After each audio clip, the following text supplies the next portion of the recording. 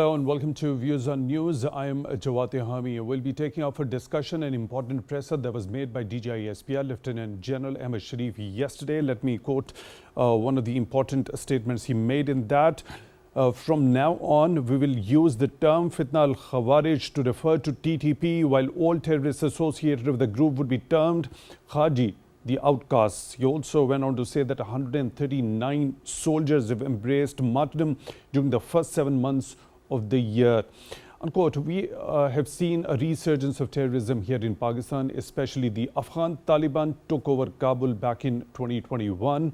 And Pakistani authorities have repeatedly been asking the interim Afghan authorities to fulfill their obligation of not allowing the Afghan soil to be used against any other country for the terrorist activities. But there has been a repeated pattern of denials on the part of the interim Afghan authorities. Then Pakistani authorities decided to launch Vision Azm-e-Istehkam, a re-energized and reinvigorated counter-terrorism campaign.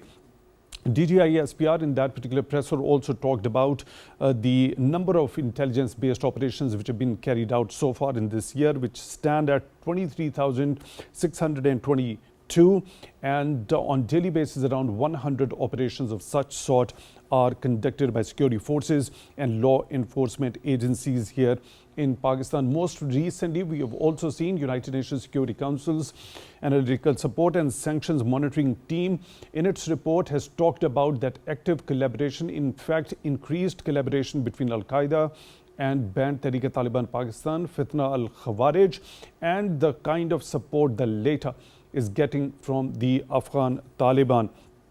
We'll also be talking about digital terrorism. DGISPR in that particular presser also talked about it, saying not enough was being done against digital terrorism under the law, allowing the fake news and propaganda to spread in the country. And he also said that the first line of defense against digital terrorism was the country's law. These important aspects of DGISPR's presser will be taking up for discussion. For that, we are honored to have been joined in the studio by Dr. Salma Malik. He's expert in international relations. Dr. Salma, thank you very much for your time, for being with us on the show tonight. We really appreciate that. On Skype, at the same time, we are honored to have been joined by Mr. Syed Akhtar Ali Shah, his former IG Police. Mr. Shah, thank you very much for your time, also for being with us on the show tonight. Really appreciate that. Dr. Salma, let's talk about this particular designation of banned Tehrik-e-Taliban Pakistan as Fitna al-Khawarij. How significant a move that is, what sort of an impact it is going to have in breaking that particular narrative of Fitna al-Khawarij? Thank you so much, Jawad.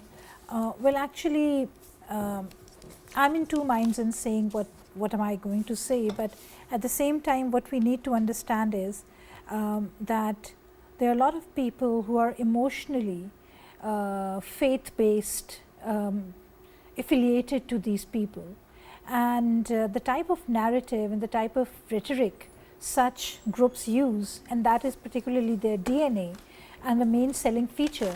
So as a result of that rhetoric that they sell to the people, a common person is very, very easily impressed by those characters. They buy their narrative, and we can see how it has happened in the past when our forces, when our civilian authorities, they were fighting hand in gloves with this narrative, and at the same time people were thinking that we are being harsh towards them. They are our Muslim brothers, they are Hafiz the Quran, they are this thing and they are that thing, and it's basically someone else's war that we are fighting. So I think by using these terminologies, it provides a very marked difference between who is on the right and who's on the wrong. Having said that, at the same time, it also provides this very clear distinction and helps build that rhetoric, that narrative, not rhetoric actually, the type of narrative which is critically required to put the minds and hearts in the right place, and also to see how to counter these. So what menaces. Is at the very core of that particular narrative this Fitna al-Khawarij actually takes up, from which the common people are so easily influenced? Yeah, because basically you see the Pak-Afghan border has always been a very fluid border, and you would have elements who are empathizers or who are sympathizers to these factors, who are residing in Pakistan as sleeper cells, as their sleeper empathizers, and whenever it requires, they are activated and they try and sell this narrative of those who are coming from across the border,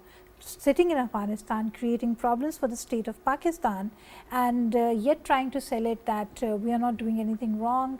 The state, the government, the forces, they are on the wrong side and we are the right people who are doing quote unquote jihad, we are the Ghazis, we are the Shaheeds, and these notions are so easy to sell to people who are so emotionally wedded to such characters that the need to distinguish them, the need to create this distinction, and also to tell that this is not something which resides at home, but this is something which is coming from across the border. This is not something that Pakistan owns, or even if they were Pakistanis and they have renounced the state of Pakistan, then they are not part of the larger ambit. They are not legitimate actors. So they have to face the music and they have to face the force, they have to face the government's writ, and whatever is required, it is going to happen that way. Right, let me proceed towards Mr. Shah. What this particular designation would have an impact when it comes to the understanding of the common people about the actual face of this fitna?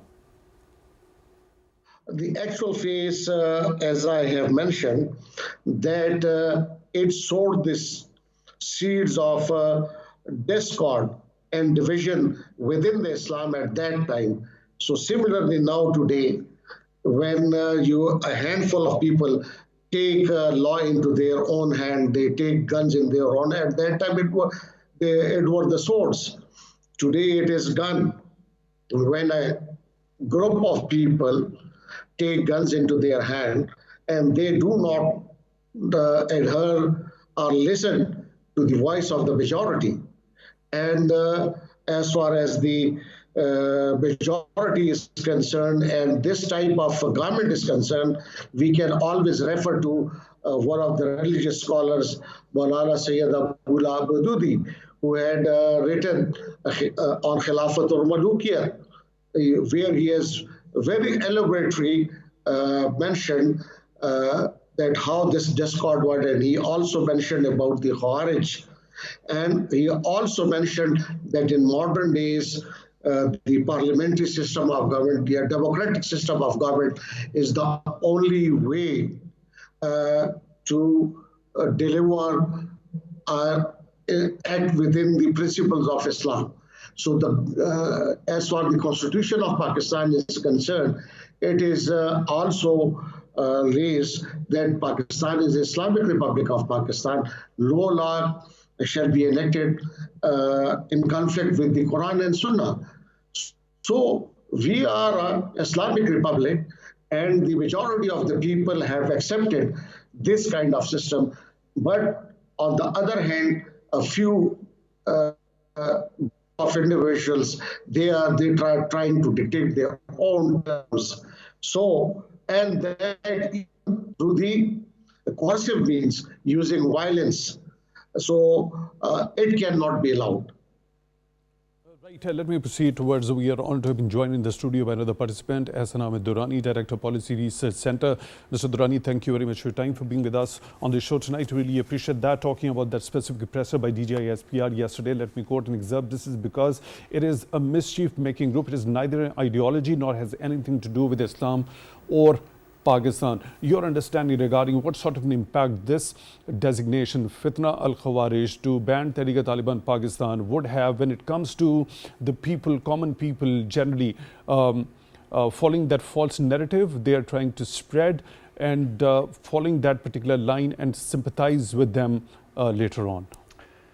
Well, I think informally they have been designated as Khawarij by different religious scholars, clerics at various levels in our society.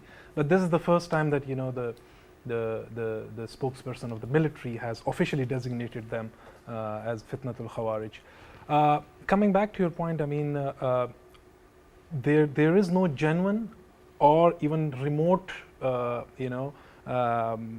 buy-in of the narrative that this designated group TTP is trying to sell to the youth or to the general communities at large. There is no remotely any buy-in of that narrative. The reason is that this group has been involved in the most atrocious killings of our children back in 2014 in APS Peshawar, in various attacks on the communities all throughout the country, especially in the Khyber Pakhtunkhwa and FATA region, also in Balochistan as well in some parts. So the communities are very much aware of the fact that this is a terrorist group and these are the Khawarij, and they do not represent any facet of Islam. The reason is that it is a power struggle. It is a ragtag group that just want to seize control of the areas. It is imitating a certain group in its neighbor in its own violent way. And I'll just give you an example of how smart this TTP is and how smart they are playing this game. At first they were talking about the supposed Sharia, of their brand of Sharia that they want to implement. Although Pakistan is a Islamic republic. Already mentioned by Mr. Shah. Exactly. Pakistan has the constitution. We have a constitution, we have bodies like the Council of Islamic Ideology. Under that constitution, there is no law that can be made in contradiction to the Islamic principles, right? Exactly. So now this group, when it saw that there's a factor of Pashtun nationalism that it can exploit, so in its messaging it has included that as well. And now that because this group wants to project itself as a legitimate political power, so it is saying that we will not target communities, only the law enforcement. So my question is that who are the people in the law enforcement? They are he is the son, he's the person who is the personnel who is protecting the borders. He is the son of a mother, he's the brother of a sister, and who are those sisters and mothers? They are the community. So these forces, they are not some outside forces, those border security forces. They represent us. They are from within the community. They are the reflection of the community. They are part of the community. So you cannot just make a strategy and your military, your guerrilla strategy based on that.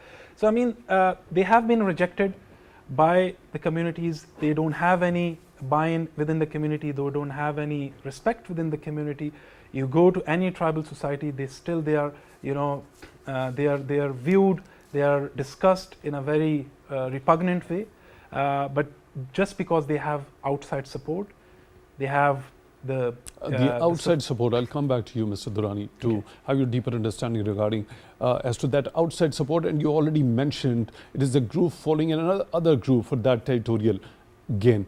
Dr. Salma, now what's the responsibility of the ulama in inculcating that very particular message that is associated with this particular designation? We already saw there was a Tehami Pakistan also, in which 1800 religious scholars actually gave that fatwa. So how, after this particular designation, the ulama community should, or the religious scholars should inculcate that very message among the common people?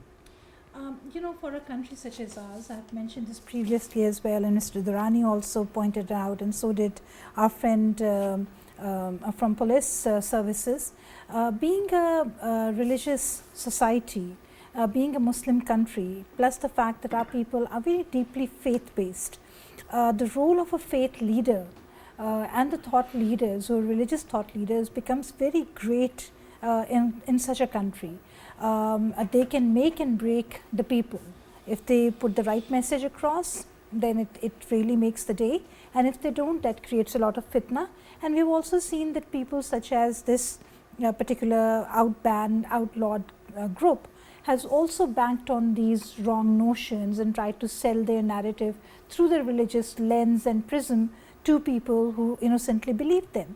And notions such as Tehami Pakistan, the campaign, the message that came out of it, the fatwas that, the decrees that happen as a result of that, and then there has been a lot of strong literature that has been produced as a result of the Tehami Pakistan, and many of the ulama, many of the religious scholars and so many people were part of this, and it has been greatly appreciated. It has brought a very moderate and a very holistic lens of how the religion is. And I think after this, the role of our ulama, mashayikh and scholars becomes all the more stronger and deeper, because now they have to not only remind people of the message that was done previously, but add an additional layer and tell people afresh, the newer generation, as to what is the right stuff and the wrong stuff. What's the role, ideal role of madaris and religious seminaries in that particular regard? You see, after this we also have to understand one thing, that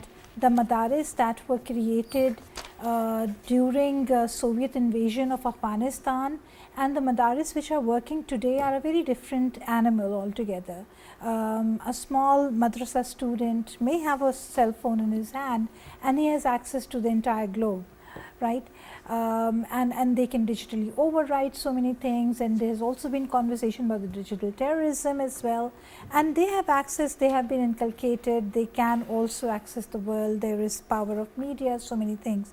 So the message to the today's madrasa has to be educating the madrasa student on the modern lines, telling them about religion, yet also making them aware of how the world is moving, but through a very moderate religious lens, catering to the need of the madrasa, catering to the need of that particular school of thought which is running the madrasa, and also making sure that those madrasas, those schools of thought do not end up producing these outlawed elements of future. So how, at what scale that particular intervention by the authorities is required when it comes to introducing a certain curriculum that takes the new generation in the right direction, rather than getting you see, after the National elements. Action Plan, the first one, and then the follow-up, and then the two, and now the next coming NISP, the National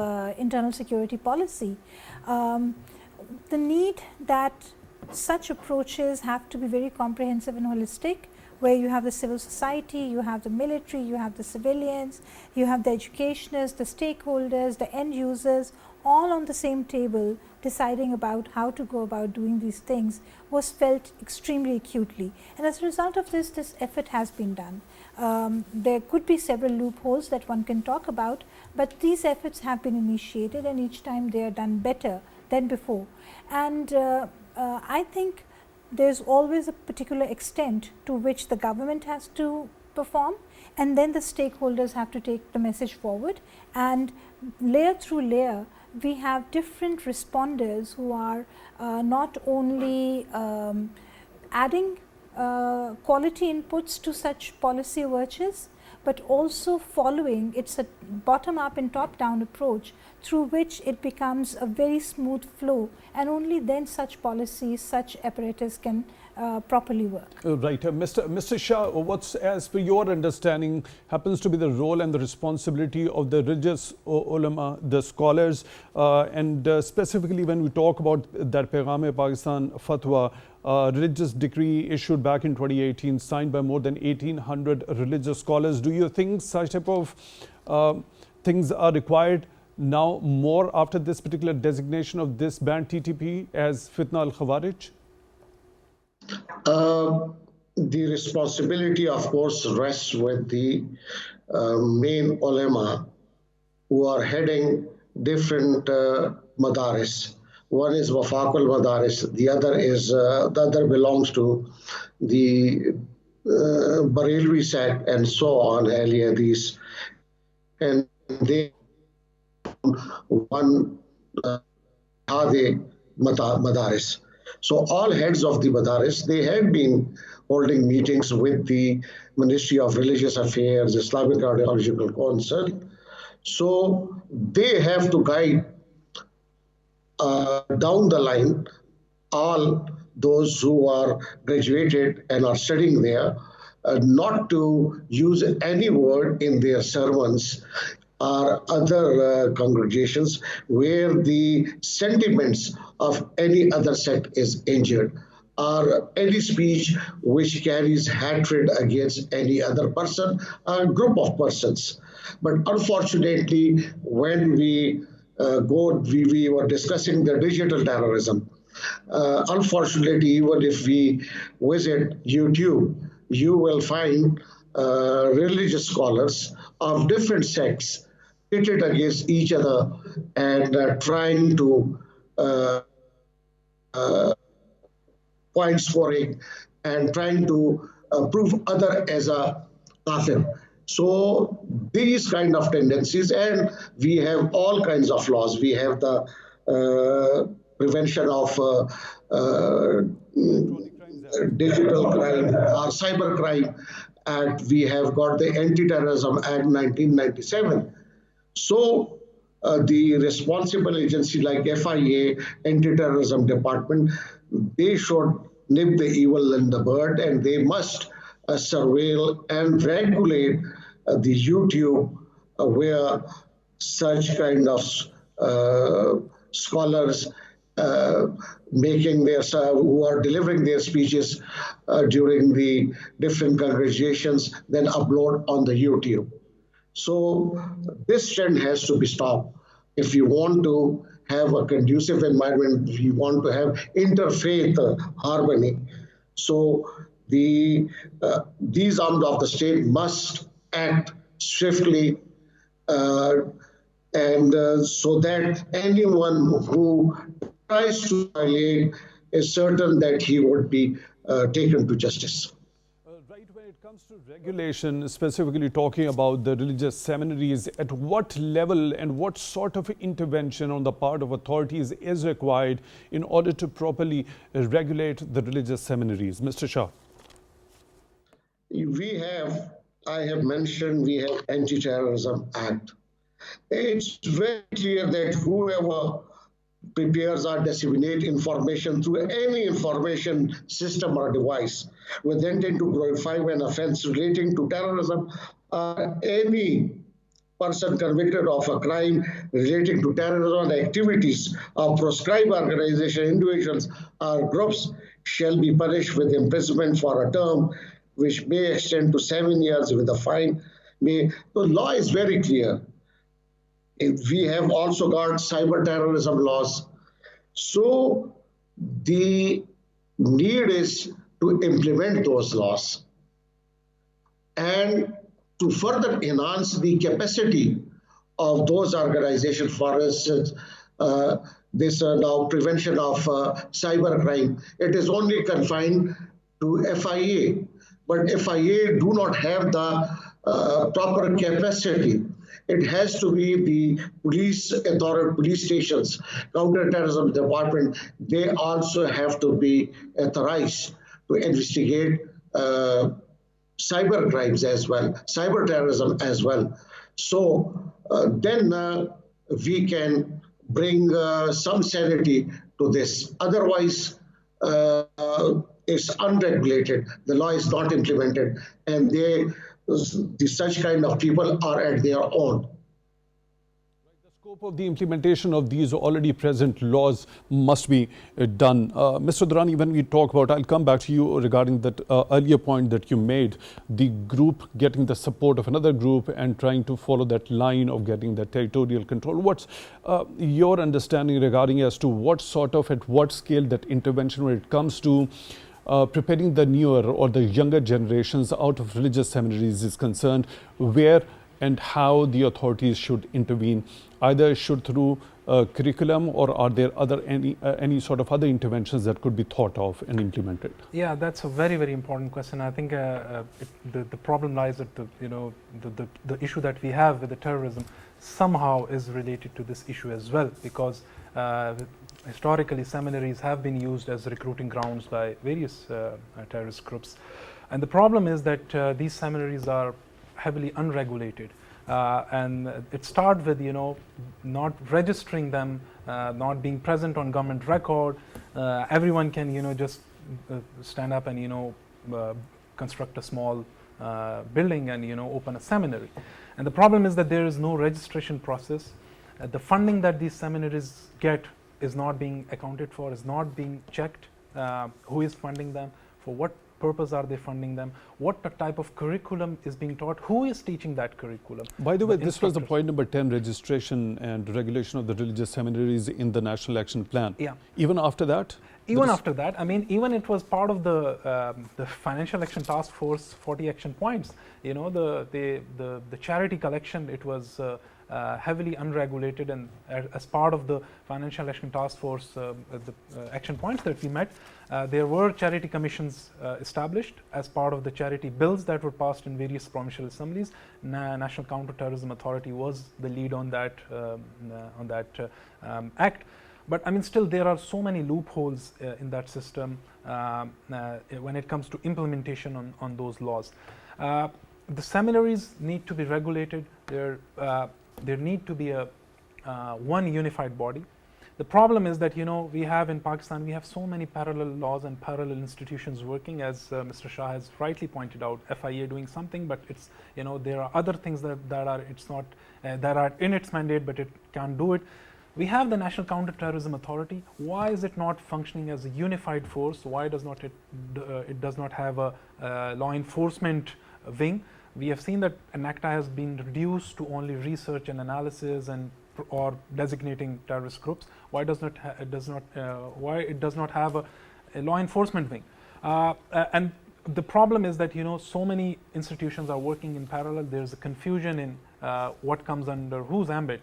So this needs to be sorted out, and I think it needs to be sorted out at the highest level of governance. And it comes down to the question of, you know, for a broader question of reforms. The curriculum, coming back to your question of what needs to be taught to our students in the seminaries, I think they need to be equipped with the modern, you know, the scientific education or the educational curriculums as well, along with the religious education that is being taught to them. The problem is that when a student goes to a seminary, his only aim is to become a cleric. The skill that he acquires, he cannot utilize that in the modern world. When he comes out, he feels alienated in the modern world. He cannot contribute positively to the world because he does not have the skill for that. We've seen examples of, you know, other countries where, for example, when he feels Egypt, alienated when he comes out of that particular religious seminary, and when he gets hold of the internet or the modern gadgets. Exactly. So what about that combination? It's a deadly combination. It can prove fatal. He can become involved in hate mongering, hate speech, calling out the other sect, because he has not been taught to accept the difference of opinion, or he has not studied comparative religion study, or the modern language, the modern curriculum. So that's the problem. When he comes out, he has a very myopic view of the world, and this is where our seminaries or madrasas needs across the board, reforms in terms of their regulation, registration, funding sources, and curriculum. That's I mean, if we can do that, we can nip this this problem in the bud. Okay, earlier you talked about that particular line, this particular fitna al-Khawarij is following of another group to get that territorial gain. We know they have been using the Afghan soil ever since there was takeover of Kabul by the Afghan Taliban. Pakistani authorities repeatedly asking them that they have got the international obligations to fulfill and they need to take a concrete and a decisive action against banned TTP, but they did not. Now, there is another report that has most recently been published by the United Nations Analytical Support and Sanctions Monitoring Team, talks about the active and increased collaboration between the Fitna al-Khawarij, formerly that we as termed as Banned Tehrik-e-Taliban Pakistan, and Al-Qaeda, and also the acquiescence and the support they are getting from the Afghan Taliban also. How dangerous that is for the regional stability? Well, it's very dangerous, and the report that you've mentioned, it's the previous version of that report even said that the chief of the banned TTP, which is now Fitnat al-Khawarij, is getting $50,000 monthly support from Afghan Taliban, and that this is what the report is saying. So it's a very direct connection of corroboration between these two groups, and we see that the Afghan Taliban are trying to use that TTP as a bargaining chip with Pakistan in a lot of different scenarios in terms of international recognition or making Pakistan cooperate on a lot of different issues. That is one aspect of this problem. The other is that the Afghan Taliban, by the extension of their ideology, wants to imitate a model, not exactly like the one in Afghanistan, but a customized model of that in the, at least in the tribal region of Pakistan. This is what we are understanding what they're trying to do, and this is what the most of the literature that is published by the banned TTP wants to propagate or wants to achieve. So this is another dangerous, you know, situation that we need to keep an eye on. And of course it is very problematic for the whole region as well, because if this is what the Taliban are doing, the Afghan Taliban are doing, then Pakistan has every right to retaliate, and it has done so within its within the ambit of the international law. And of course it's not good for the regional stability, and it sort of diverts the Afghan Taliban's attention from countering ISKP, which is not just a regional threat, but we have seen it's becoming a global threat. It has planned, the attacks have been foiled, but they were planned in the Paris Olympics. What we have seen has happened in Moscow, then during the withdrawal of US forces from Afghanistan in the Kabul airport.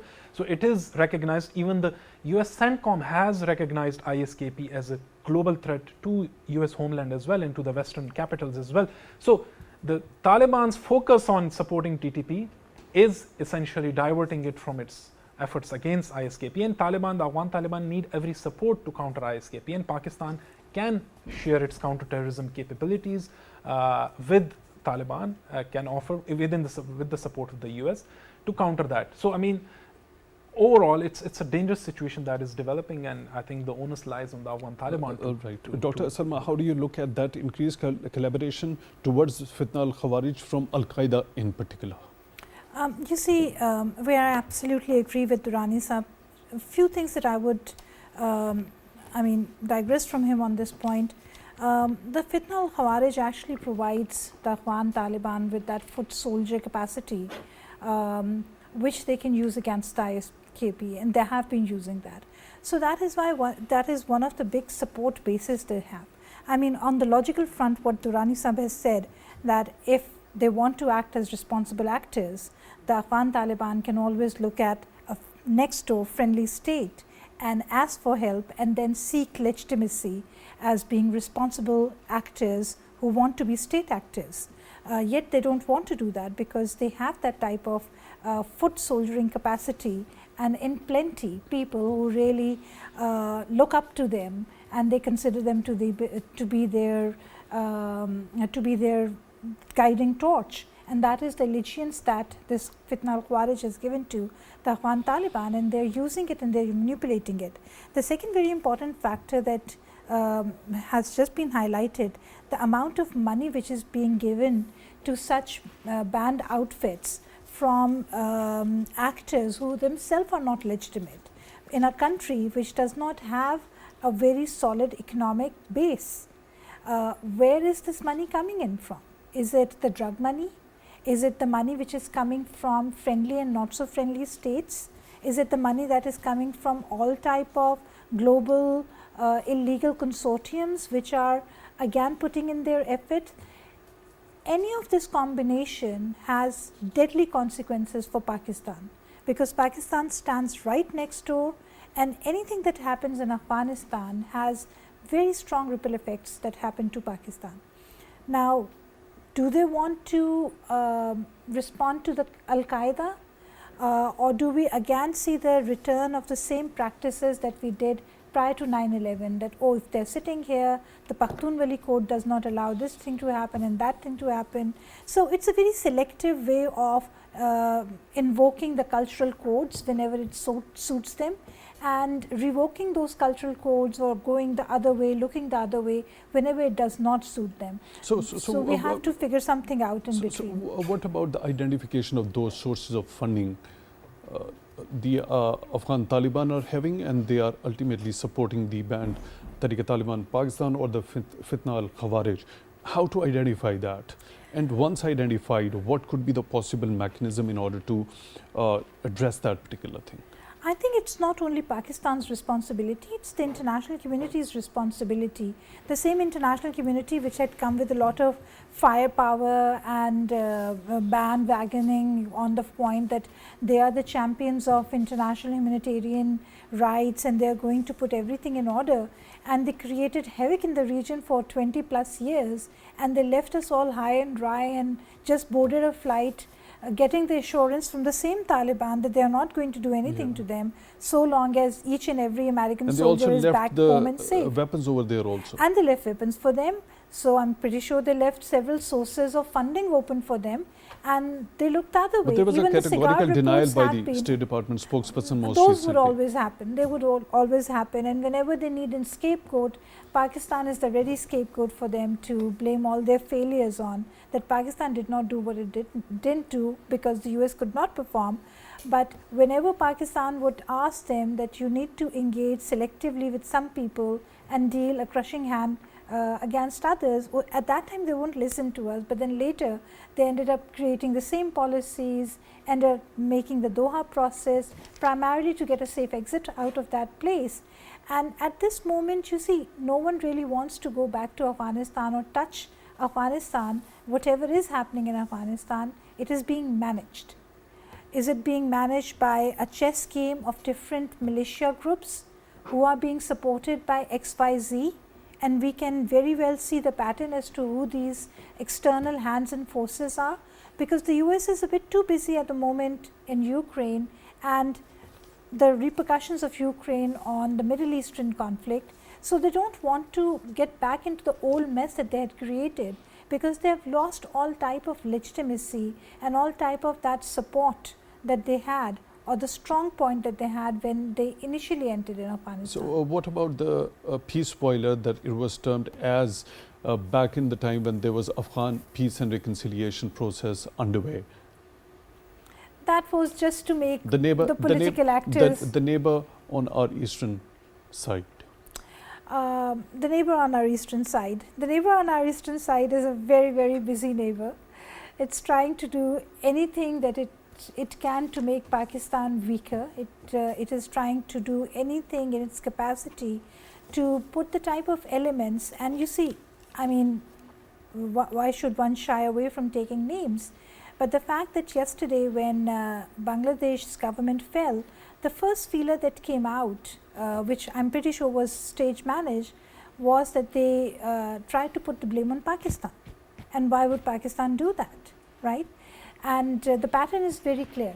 And now when we look at how Afghanistan has been reared, how Afghanistan, various militia groups in Afghanistan have acted, those groups which are working in Balochistan against the state, previously in Karachi, all of them have very strong financial, physical, armament-wise links to India, and India time and again has now actually very proudly started owning up its shenanigans, and it is actually a very dangerous situation. Right. Mr. Shah, this particular report by the UNSC Analytical Support and Sanctions Monitoring Team talks about the TTP camps with Al-Qaeda and Taliban involvement focused on training local Afghan fighters and TTP operatives. Also talks about the availability of NATO caliber weapons at the hands of banned Tehrik-e-Taliban Pakistan Fitna al-Khawarij. Now, how do you look at that, this particular availability of NATO caliber weapons? Is there any sort of mechanism to hold those who left these NATO caliber weapons over here accountable? Not only the UN Security Council reports, but also US Institute of Peace report also indicated growing activities of Al-Qaeda and training the Tehrik-e-Taliban Pakistan, and also there are 20 other terrorist groups.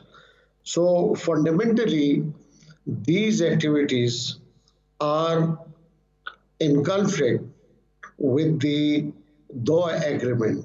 It's an international agreement between United States of America and the government of Afghanistan, now held by the Tehrik-e-Taliban Afghanistan, where they have made commitment that their soil would not be used against for terrorism against any other country. When we say any other country, it also includes Pakistan. So now United States of America and the NATO countries, they are also under moral and legal obligation to pressurize or to make Taliban government understand that they have to comply with the international commitments. So, but having said this, we have observed that in Doha 3, they had been given rather concessions. So this further emboldens them then. So we have to take up our case with the international community, reminding them that while you were leaving Afghanistan, we had supported you. We were your allies in this war on terror. And while you were leaving Afghanistan, you abandoned, you didn't make any preparation. You left the most sophisticated weapons in the hands of Afghan Taliban, and also these weapons got into the hands of Tehrik-e-Taliban Pakistan. So we have to make up a case, as already mentioned, if a soil is used against any sovereign state, then that sovereign state also has got a right of hard pursuit under the international law. But then that step is an extreme step. It has to be taken when all diplomatic channels exhausted and we have no other option. During the regional meetings like Shanghai Cooperation Organization, Central Asian states, we have to be on one-point agenda how to make understand the Afghan Taliban government that their soil should not be used against Pakistan. And at the same time, while we have now coined rather a new term for the Taliban, that is fitna-e-kharij. Now, for this, we have to make further preparations and make the common person understand that what is fitna-e-kharij, what was their history. Former IG Police, thank you very much for joining in today at Views on News. I would really appreciate that. In the studio, we were joined by Dr. Salma Malik, expert in international relations. Dr. Salma, thank you very much for your time, also for being with us on the show tonight. And also Mr. Ahsan Durrani, director at the Policy Research Center. Mr. Durrani, thank you very much for your time, also for being with us on the show tonight. Really appreciate that. With that, we come to the end of today's episode. Till the next one, take good care of yourselves.